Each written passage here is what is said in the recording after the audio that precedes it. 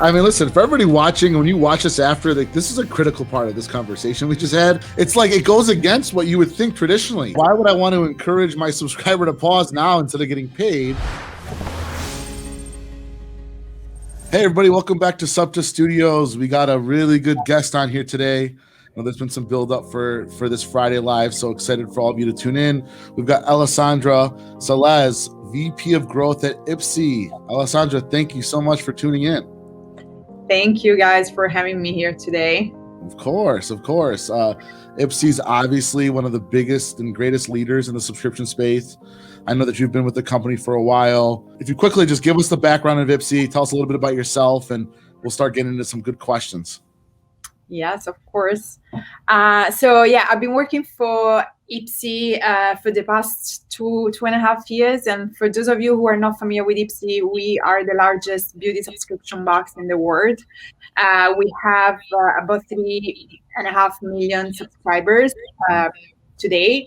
And it's a personalized beauty subscription with 5 beauty products. It can be sample size, travel size products, or full size products that they're sent to you every month, and they're personalized to your taste. That's amazing. And what a great accomplishment with the growth and the subscriptions. And I think it was launched in 2012, right? Actually.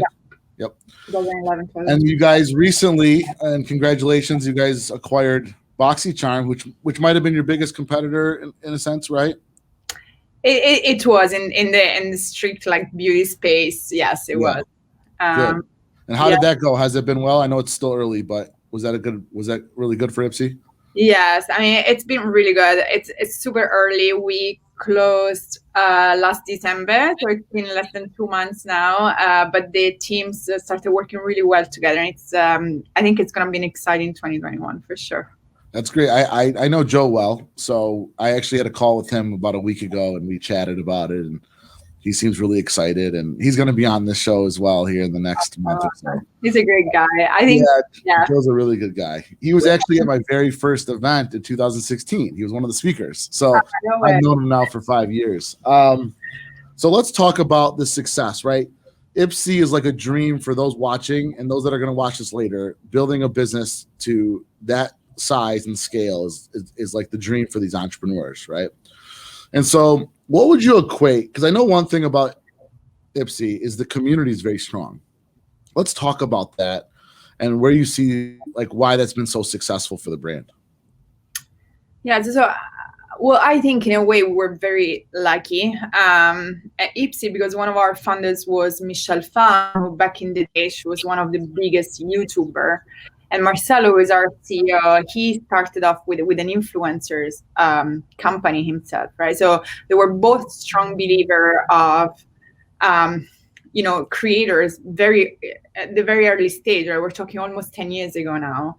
And we only recently, like in the past few years, start hearing more and more about this concept of influencers, right? So I think the fact that they were so early in the game really had a huge impact on the success of the business, at least in the very beginning. But we always value our community of beauty, the core beauty lovers, and also our creators. And so even after the initial success with Michelle, we wanted to continue helping the creators in the space and keep growing with them. Right. So I think, Creators Influencers Program has been a really core focus of IPSY in the past few years. And that's a big synergy with Boxy because they kind of started doing the same on their side. And so now it's very exciting that we're joining forces. Yeah. So it was a big influencer marketing strategy to start, it sounds like. And now you're, 8 years in business. I have to assume that you have to have diversified top of the funnel traffic at this point, right? So it's not all from influencers. You're probably doing Facebook, Google. What are some of the other things you've done to diversify that traffic? Yes, I think outside of the usual suspects. So we, again, like we were very like in the beginning, was we brought a lot of organic traffic on site through the influencers program. And then of course, as the company kept growing, we started injecting some paid advertising.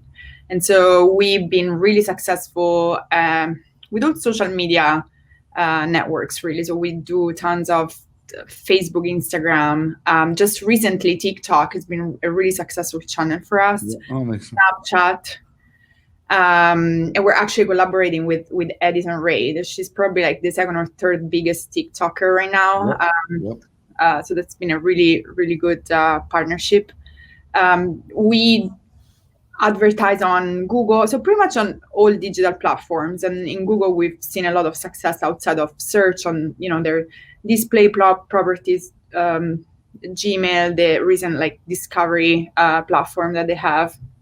And we started experimented with offline, so broadcast TV and connected TV. So we're seeing a lot of success there too, through Hulu. It's amazing. Roku. So one thing too, for everybody watching, if you have questions, feel free to type them in the comments, and as I can, I'll pull them up so that we can answer them for you. So it's interesting. Two things I want to touch on. One is TikTok, because I've been a big advocate of that. I think that there's more eyeballs, and we'll call that free organic exposure in a sense than any other platform as it stands. How are you measuring success with TikTok? Because they're not putting a link in there, right? They might be tagging your IPSY TikTok profile, and then from there they're going to the website. Tell me how you're measuring success with that. Yes, so for TikTok, and again, it's still very early stage. We really started focusing on TikTok, I would say, at some point beginning of COVID last year. So again, it's not as mature of a platform as Instagram is, but we started collaborating with some of really good creators there. And then of course in the beginning it's more of always a brand play, right? So and we started building in parallel also our TikTok channel, and that's been really successful. It's been growing really, really quickly. And we started trying out also some paid advertising there, and actually it's been performing quite well. And the platform in just a few months had improved incredibly, like very, very fast. So they yes, I would say within 6 months we increased our spend by over 10x. Wow. The platform. What's the cost look like, influencer? And you don't have to give me exact numbers, but like, how does it weigh that what you were paying TikTok influencers versus YouTube versus Instagram? Were you seeing TikTok initially was a little bit less and it's going up? How's that in comparison? Yes, so we mostly decided to focus on Instagram. So Instagram is our main platform for influencers program, and I think in the beginning we it was easier to take advantage of TikTok because it was a new platform. There were a lot of creators that they were TikTok only creators, and so therefore maybe like cheaper in a way, or yeah. You're getting better value and work with.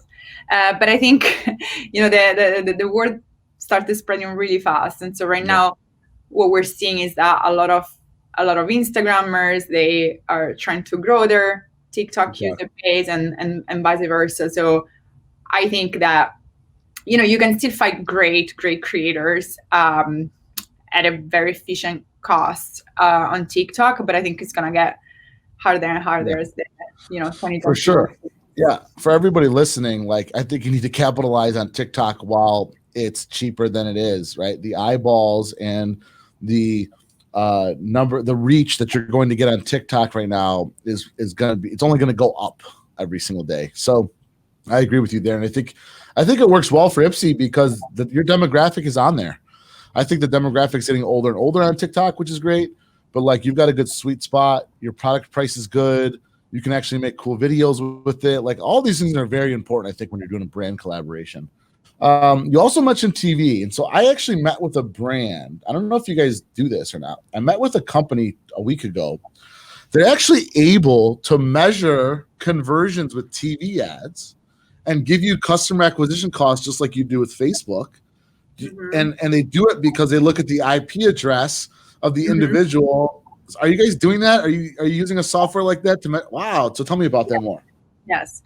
So you can do that with connected TV. That's why I was very excited about this opportunity, because you can really treat it as a direct response network, just like you do with your other digital network. So yes, we started running connected TV. We get IP address back onto us, and so we can match the IP address that this third party company passes on to us with the IP addresses of our users. And actually we can also, that's how we started doing kind of a multi-attribution system, because we can see how many IP address they're shared between, let's say, connected TV, but they're also on Facebook, or how many they're also on our email program, etc.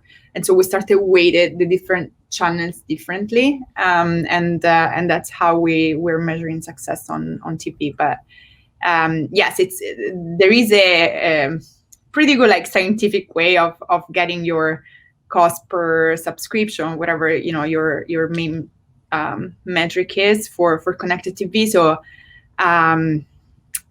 it's been exciting, much easier. And I mean, what a game changer, right? Before it was like a special coupon code or a specific number to that commercial that was on this day.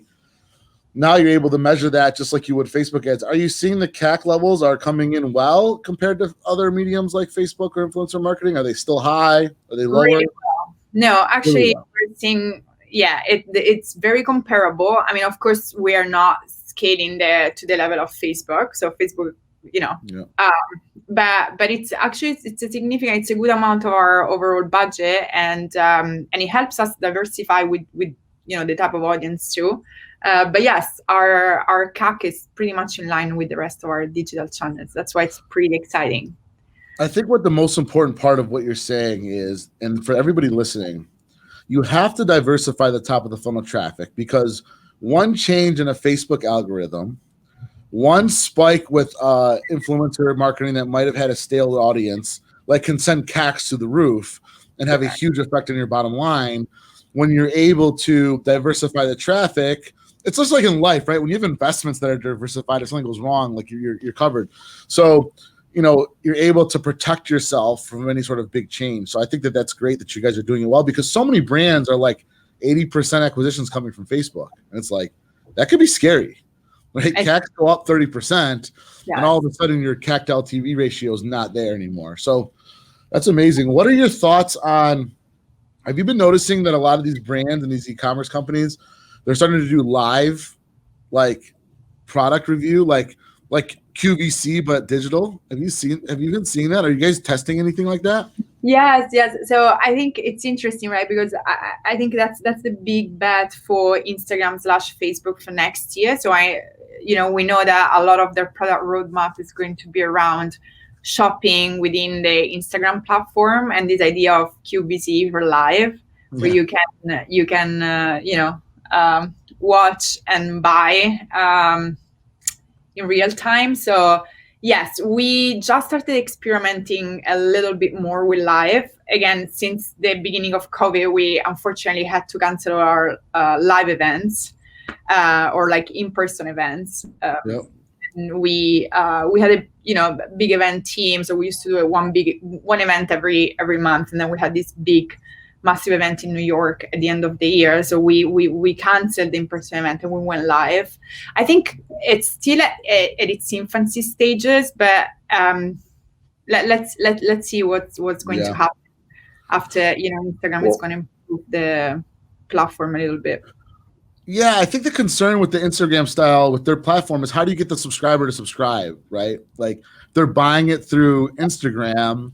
Like, this subscription is now living on Instagram, right? So I think they need to, like, it's just like Apple Pay. It was funny because I was on live on Tuesday and I was telling everybody, like, hey, like, you should have Apple Pay at checkout. But then I realized the subscription is now living on Apple. So there's some things to definitely iron out there. All right, let me ask you this. So tell me a little bit about what you're thinking about when you're thinking about how do we scale more? How do we get a 10% increase, right? Because brands at your level start to plateau, right? Where they're like losing as many as they're now acquiring because that churn percentage is so high.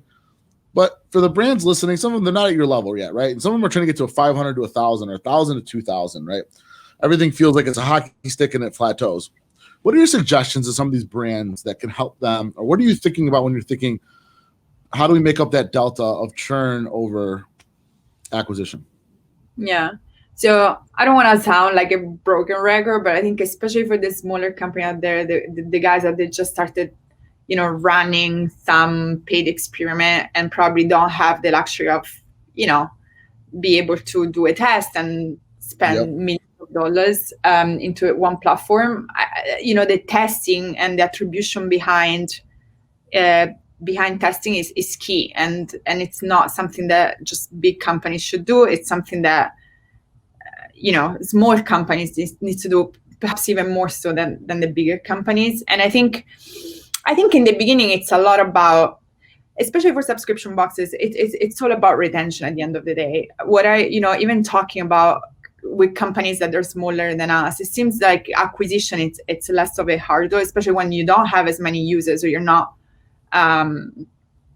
it's not too hard for you to break into a certain market, as much as the retention piece. And I think the retention piece has a lot to do with the product itself, right? So for us, it's all about our merch, right? We know if the user is happy with the box that receives, it's gonna continue the subscription. Otherwise, they're gonna cancel, no matter how good your marketing campaign is going to look like. But then I think when it comes to marketing, you should always track the quality of the user, because we know that there are certain channels that are gonna give us better users than others, right? And so I think that's where you need to focus all your effort in the beginning. And if you don't have a big budget, my suggestion is don't even try to diversify this much, because you can find good quality users just with Google and Facebook.